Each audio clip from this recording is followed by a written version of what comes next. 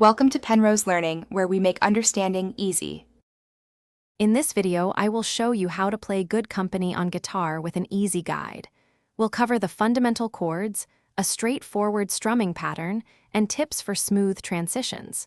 By the end, you'll have a solid foundation to play this catchy tune. Get ready to strum along and enjoy making music. To play Good Company, you'll need to know 5 key chords. Start by placing your capo on the 4th fret. The main chords are C major 7, C dominant 7, F major 7, and G major. Focus on forming each shape clearly and cleanly.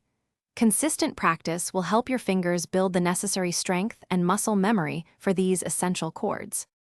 Now let's talk about the strumming pattern. A simple and effective rhythm for Good Company is down, down, down, down, up, down, down, down, down, up. Keep your strumming hand loose and relax to achieve a consistent and clear sound. Focus on maintaining a steady tempo, perhaps by counting out loud, to keep your rhythm precise and in time with the music. To truly master Good Company, start by practicing each chord change and the strumming pattern very slowly. Gradually increase your speed as you become more comfortable.